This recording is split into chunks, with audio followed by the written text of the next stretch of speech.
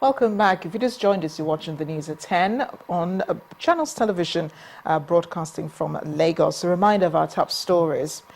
Politicians embark on campaigns as INEC warns against inciting statements and violence. All Progressives Congress presidential candidate Muhammadu Buhari, Lagos Governor Babatunde Fashola promise a better Nigeria.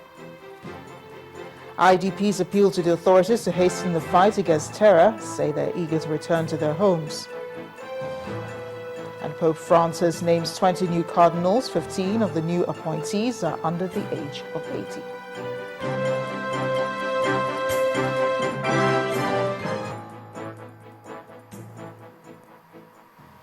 We'd also like to remind you that all our top stories can be found on our website, channelstv.com, and on youtube.com/channelsweb. You can also visit m.channelstv.com to view us live on your mobile device and download the Channels TV app for Android, iOS, and Windows phones from their respective stores. Please interact with the Channels Eyewitness feature on our Android, iOS, and Windows 8 platforms. So if you have pictures or videos you'd like to share with us, tap the application on your device, swipe to reveal the Eyewitness menu, and follow the instructions.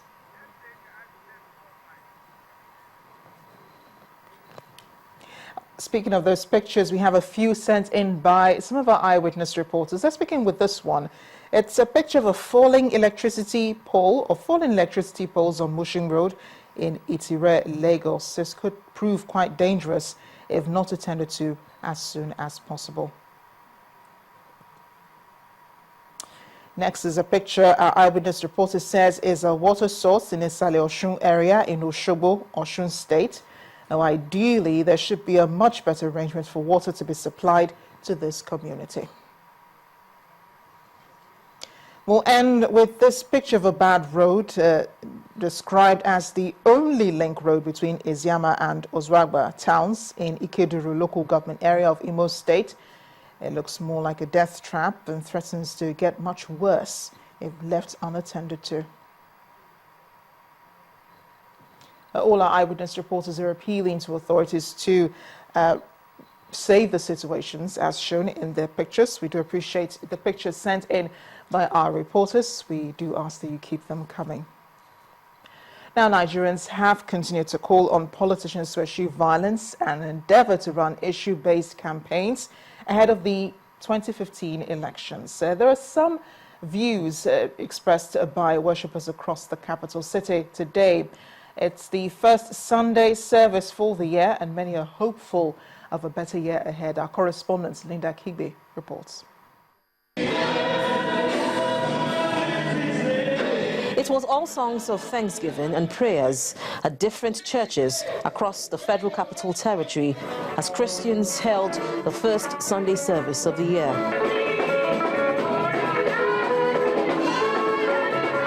For some of the worshippers, 2015, which is also an election year, requires a total commitment of all Nigerians so that peace and unity would reign during and after the elections. When you die for a politician, he will go home to his wife and children. Even most of their children are abroad. They are not fighting in the war front. That you are going to die to be a talk for somebody.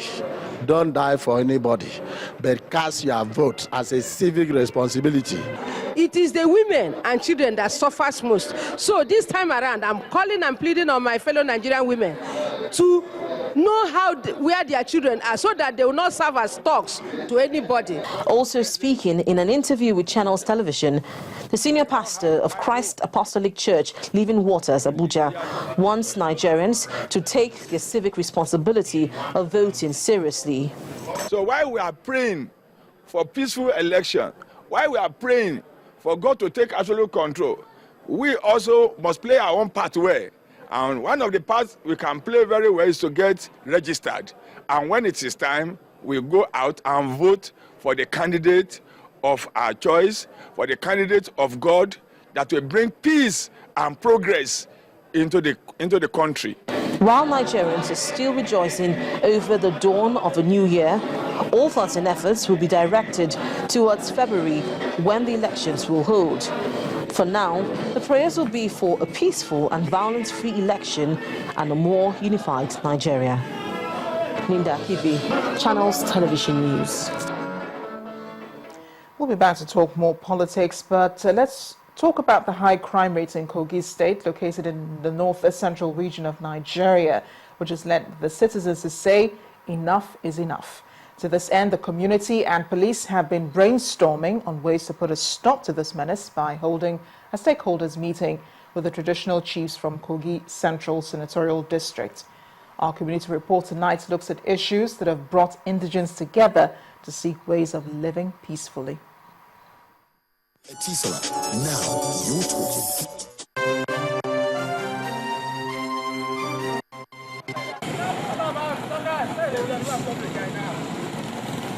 Ibira land, which used to be known for its peaceful atmospheric conduct, has now become a crime theater for criminals. Finding solutions to this problem ahead of the 2015 general elections is the reason for gathering the traditional rulers, indigenes, clergymen, and educational scholars from the land. Without wasting time, the convener went straight to the reasons that necessitated the gathering at the Okene Town Hall. About a week ago, there was an incident in this land where 4 policemen were ostensibly murdered in cold blood. It was very natural for the police to have some level of reaction. I know the members of the police force, they are not happy. I also know that the members of the human race that are good are not happy. Because the death of one person is the death of all. Some of the speakers at the venue appealed to the police to cultivate the habit of motivating its men. If they say a situation that society is bad, effort is made by your office to improve and make that society to become a very clean one.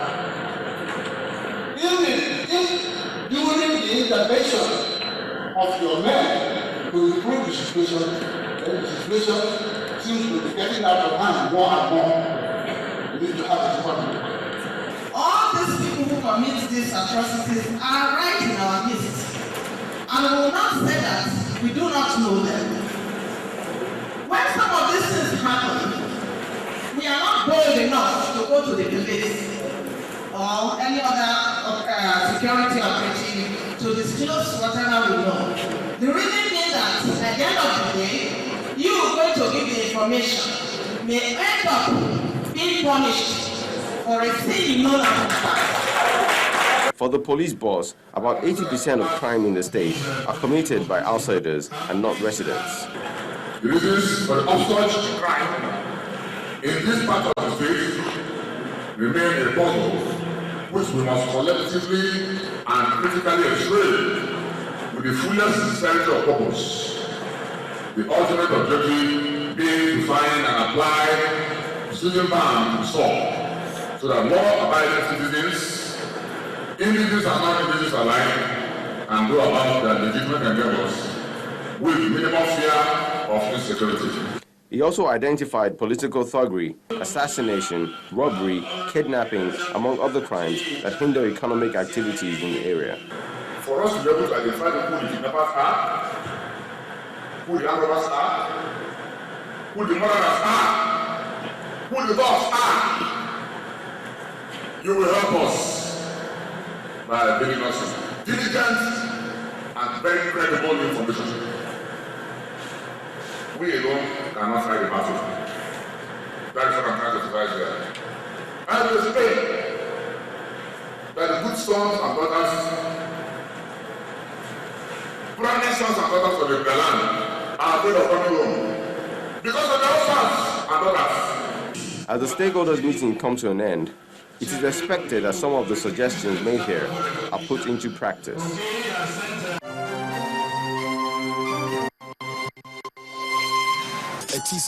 Now you're talking. Clergymen have been reacting to the comments credited to a Catholic priest, Reverend Father Ejike Mbaka's controversial comments. A Catholic Archbishop of Lagos and pastor of the Latter-Rain Assembly, Tunde Bakare, have both cautioned that religious leaders must talk according to principles. Our correspondent Loretta Chogo takes a look at the commendation and subsequent condemnation of the Jonathan administration by Father Mbaka. Look at our federal roads. We are not even asking for new ones. Roads built by Buhari and Babangidas, the so-called Hausa people, cannot be maintained. Follow Enugu here to go to Onitsha. Children born some years ago do not know again that there was a lane along the other side of Ezago. And we are all saying, continue, continue. The continuity of Jonathan means disaster to Nigeria. Father Ejike Mbaka's comments coming just a month after he commended the Goodluck Jonathan's administration. In his exact words in November 2014, when President Jonathan's wife visited the Catholic Priest Church Adoration Ministries, in his words he said, "You and your husband have done well in spite of the distractions. They are distracting you so that you will not achieve much." Jonathan must bring back the Chibok girls. Is Jonathan holding them? Are they living in your house? So anybody positioning the concept of Jonathan must bring back the Chibok girls, then some people are holding the girls. They should release them. Not Jonathan. Jonathan is not a kidnapper. However, the tone is harder now and against the Goodluck Jonathan administration. Go to Patu School. People no longer go to churches on Sunday in many parts of this country. Now imagine a scenario where a president cannot fight a simple insurgents. Many questions now waiting for answers. What went wrong within a month? Why the sudden change of comments? Are there spiritual backings to these comments? Reactions greet Reverend Father Ejike's comments, and these are coming from his fellow clergymen. They have their own particular... The Archbishop of the Catholic Diocese of Lagos, Most Reverend Adewale Martins, and the pastor in charge of Latter-Rain Assembly seem to be on the same page. When we speak as church, we speak along principles. Well, of course, individuals within the church may have their own particular ideas and attitudes and positions. But a church as church obviously does not have any position that is particular, that is personal, that is party political inclined. And that is why one cannot speak for one against another or against one for the other, but rather be able to just speak out and talk out on the issues using the principles of good governance, using the principles of the best for the welfare of the largest number of people. He sang Hosanna a month ago, and he's singing Crucify Him now. I am not sure he's double-minded, because I don't know him as to make a good judgment of his character. But if he has a reason to say what he had said, then that's his opinion. Opinions are free. As far as his opinion is concerned, he will give an answer to God because he's a leader of people. And if he told them this a month ago and he's telling them this month ago, probably some water has passed under the bridge. But I leave him to God and to his conscience, because as I said, a servant will rise or fall to his own master. I don't know his reasons for the things he said, but leaders should show consistency. The clergymen have no regrets about any religious leader talking freely and passionately about burning issues of concern in the country, but insist that Nigerian worshippers must take their destinies in their hands in the coming elections. First and foremost, let us not assume that Nigerians don't think. and that they only do what their leaders say. Because you'll be disappointed that as many as are led by the Spirit of God are sons of God. Yes, religious leaders occupy a vantage position, and they can do good with their position or do evil. If you are going to vote, make sure you vote according to your conscience, according to how you truly feel from the depths of your heart, knowing fully well that the voting that you do is going to have some big influence on the way you live your life now, and perhaps the way the children will also live their own lives after them. What actually happened? Reverend Father Ejike Mbaka oversees a church of thousands of worshippers in Enugu State, southeast Nigeria. His controversial comments look to have left many Nigerians trying to figure out the basis of his initial comment and the recent one. Loretta Chiogo, Channels Television News. And the News at 10 returns. Sports comes under review. That's for the year 2014. Please join us again.